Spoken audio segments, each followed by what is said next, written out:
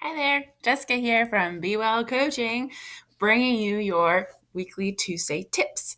So today's Tuesday tips, if you don't know what Tuesday tips are, they're little pieces of information, little exercises that I give you that you can start using to level up your life right away. Last week on Tuesday Tips, we talked about journaling. So if you'd like to check that out, I'll put a link up there for you to check out the Tuesday Tips from last week. This week, we're going to be talking about boundaries and setting boundaries and enforcing boundaries and things like that. Going to start with the misconceptions again. A lot of people, I know I felt this way. Felt like setting boundaries was selfish. A lot of people feel that way. And if you feel like setting boundaries is selfish, you're not alone because we've kind of been conditioned to put other people before ourselves. A lot of society, religions, things like that, they ask you to put other people ahead of your own well-being. And not that we shouldn't be looking out for other people, but we need to start looking out for ourselves too. And I find the concept of selfishness kind of weird because when someone tells you you're being selfish, it's really meaning like you're not thinking about them. So for them being mad that you're not thinking about them, aren't they being selfish too? I think there's a difference between being selfish and being greedy and being overbearing, things like that. I think there's healthy ways to set boundaries. You know the old saying, good houses make great neighbors. If you don't define your space and your area and your needs and wants and things like that, people don't know where that line is. So thinking about it in terms of geography, if you bought a piece of land and there was no boundaries and you just kind of you and your neighbors had to kind of figure it out. If you're on good terms with your neighbors, it might be easy. And if you're not on good terms or don't know your neighbor that well, it might lead to some conflict because there's not a preset boundary. And it's the same in our own lives. There might be relationships that you have that it's easy for you to have that conversation of, hey, not cool, or I need this from you instead of that. But there's going to be times in your life, and I know we've all experienced it, where someone crosses a boundary and then you sit back and you realize, well, I never really officially set that boundary. It was never spoken. We can't really live in ambiguities, right? We can't live in this area of like people are just going to know. They should know what my boundaries are. We all come from different backgrounds. We all have different boundaries. We all have different needs that need to be met at different times. And the more you can communicate with other people, your needs and your boundaries and in your space, the easier they can love you. You're teaching people how to love you. So that's why boundaries are important. Because one, it teaches people how to love you. It gives you something to stand behind. So when you don't communicate a boundary and somebody crosses that boundary that you didn't communicate, it's kind of on you because you never made it known that that was something that wasn't okay for you or that needed to happen for you. And so when we communicate our boundaries to people and communicate what we need from them, it gives them an opportunity to give that to us and to be able to know where our space is and where their space is so that we can all live together harmoniously. So it's just important to be able to, if you communicate a boundary with someone and they cross that boundary that you've communicated, you have every right to be upset about that and to have a conversation with them like, we need to talk about this. But if you never actually communicated the boundary and somebody crosses it, it's kind of on you, right? So it's very important that we set those boundaries and we set those boundaries before we need them, right? You don't want to be in the middle of a conversation and have someone cross a boundary that you haven't communicated yet. It's hard to get it out, right? So some signs that maybe you need to look at boundaries better, like look at setting better boundaries for yourself. And this could go both ways. I talk about it in a way of not setting your boundaries in time, not setting boundaries soon enough, not communicating those boundaries because that's what I have struggled with. I struggle with setting a line for myself. Like even the word boundaries feels kind of uncomfortable for me to talk about it in that way. I've been searching for days for a better way to come to talk about boundaries because it sounds very like separating. Like you're there, I'm here, there's no overlap. And that's not necessarily what it is. It's more of this is my space. And in this space, I want to be treated and deserve to be treated in a specific way that's meaningful to me and matches my values. And with boundaries, you can be flexible. So you can set a boundary, and you need different boundaries at different times, right? Different boundaries in different relationships, different boundaries with different people. The boundaries you set in an intimate relationship might not be the same boundaries that you set in a friendship relationship, might not be the same boundaries that you set in a work relationship, right? So different boundaries for different people, and knowing how to be flexible with those boundaries.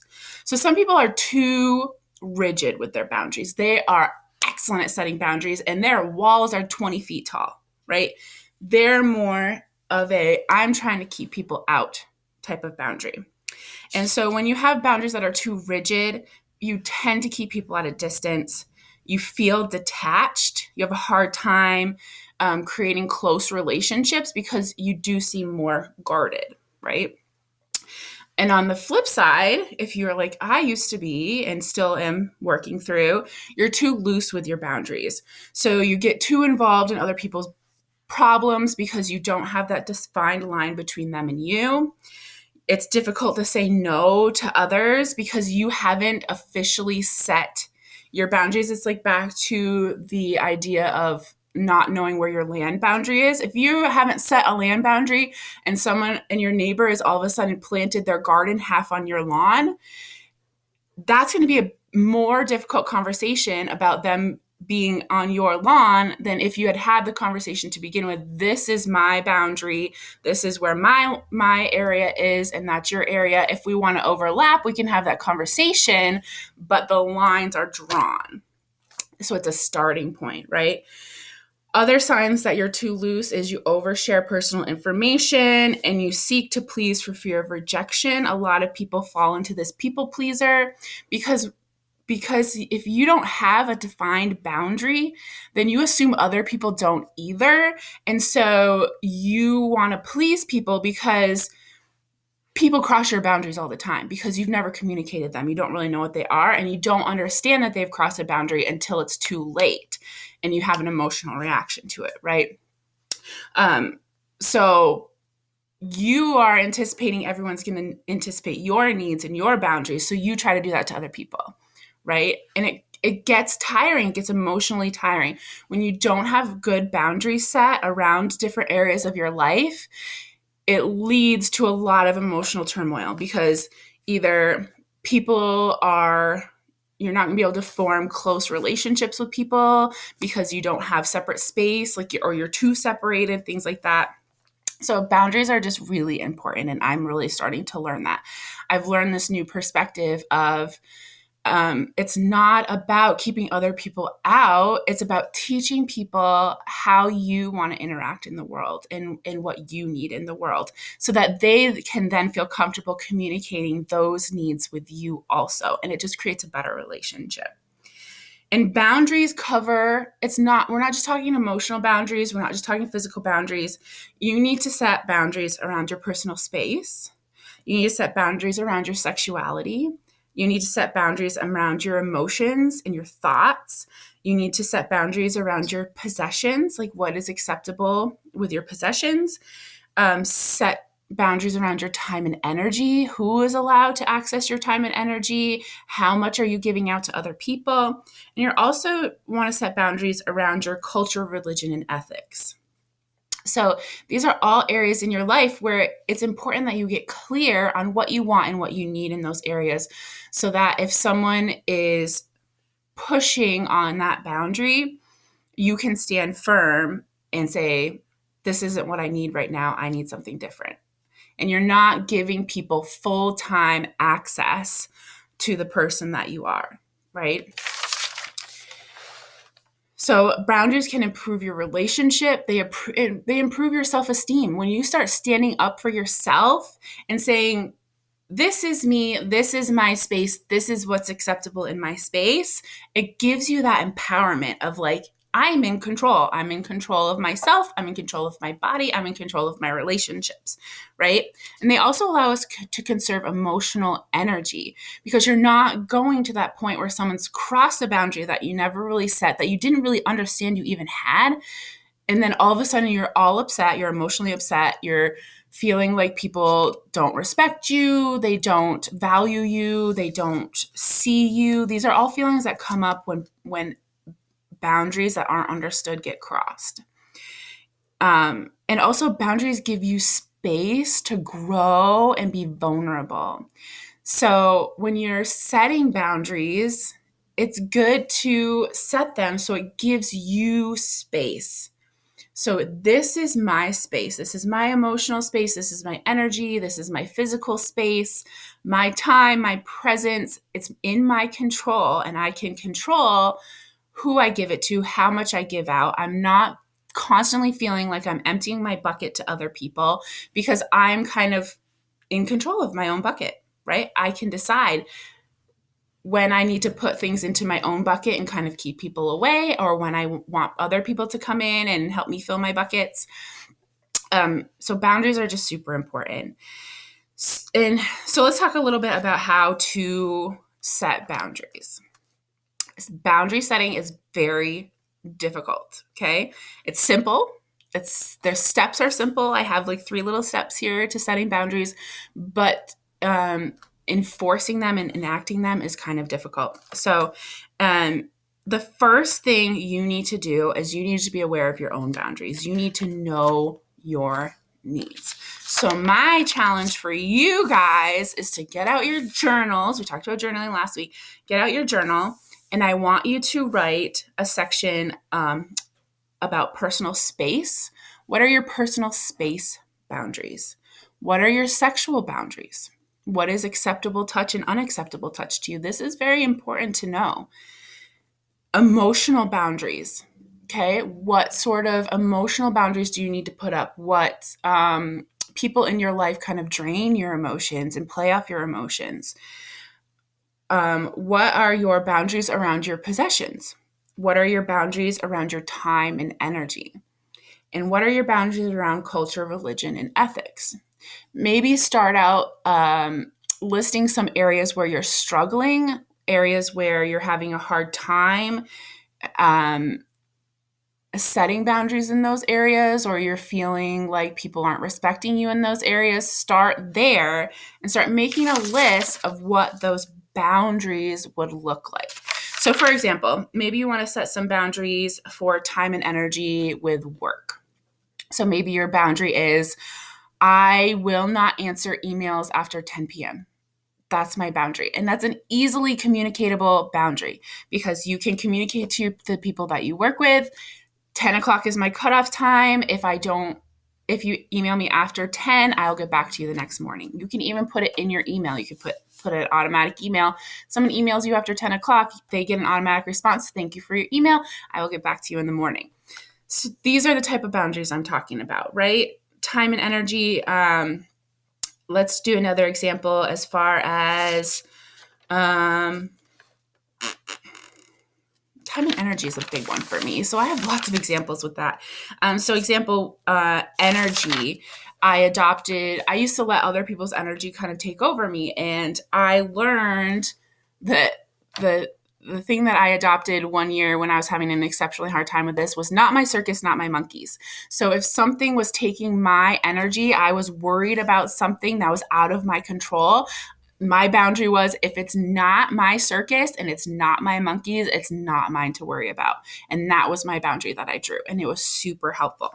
So step 1, know what your boundaries are. Be very clear with yourself first. These are my boundaries, and know that you can change them. They can change at any time. They're flexible, right?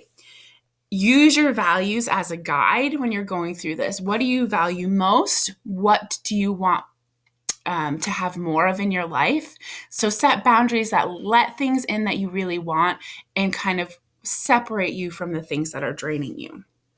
And realize that different relationships require different boundaries. After you know what your boundaries are, it's important to practice. It's important to have patience, and you need to hold your ground. Okay.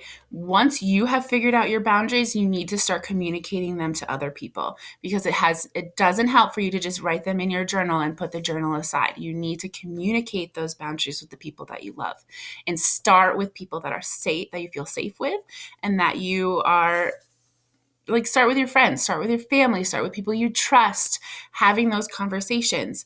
And put small boundaries into place first. Be patient with people. This is new for them too. You just built this fence around yourself with little peepholes. And so they have to kind of navigate, okay, where can I get in? Where's the gate for me to enter? And this is another reason why boundaries are good too, because it gives people direction. This fenced in area, you can't access me directly. You need to go through the gate first, right? And so it takes time for people to learn that. But once they learn that, they start coming in the gate. And so it takes patience, and you need to hold your ground. If someone starts trying to climb over your fence, I'm sorry, I set this boundary. I need you to respect it. It's important to me. And ask them what their boundaries are. How can I better support you in your boundaries? It's a great conversation to have, especially if you're having it with someone that you're close to, because it's going to create a stronger relationship. When you're able to be open and vulnerable with the people that you love about what you need from them and how they can give it to you, they're going to be more likely to give it to you. Because think about yourself. Think about the person, someone that you love. If they came to you and said, you know how you can make me happy? If you do this or stop doing that.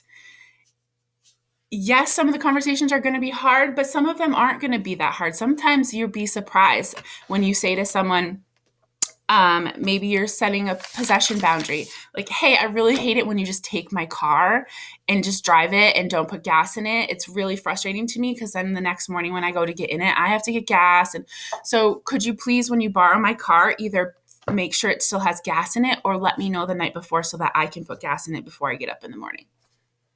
Simple boundary. Instead of sitting around stewing, oh my God, I hate it when so-and-so takes my car and they never put gas in it, blah, blah, blah. That is easily fixable just by having a conversation. It may not be easy at first. Setting boundaries is hard at first, but you get into this groove. And when you do it from a place of love and compassion for yourself and the other person, it's not going to sound angry. It's not going to sound like you versus them. Think about that situation that I just talked about with the car. Which one are you more receptible to? If I came to you and said, listen, you take my car all the time, you never put gas in it, I always have to stop in the morning, it's a huge inconvenience for me. Does that sound like a loving conversation? Or does a loving conversation say, I really need for you to help me with this. I love that you asked me that you can take my car. But when you bring it back, the gas tank's usually empty. And for me, that creates more of a struggle in my morning. So could you please communicate with me when it needs to have more gas in it, or just make sure it has gas in it when you bring it back? Those are two totally different conversations that are going to go two totally different ways, right? The outcome is going to be totally different. And when you are setting that boundary of, could you please do this for me? It gives the person the direction. So they're not just feeling your anger coming out. They're understanding what's going on and how they can fix it. And then they can give the same to you. I know for me, I love it when people are direct with me. When people say to me, listen, Jessica, can you do this for me? Done. If someone is talking about things that I need to do behind my back and not communicating with me about them, I can't do them. I don't know that I need to do them. And so direct communication is very important.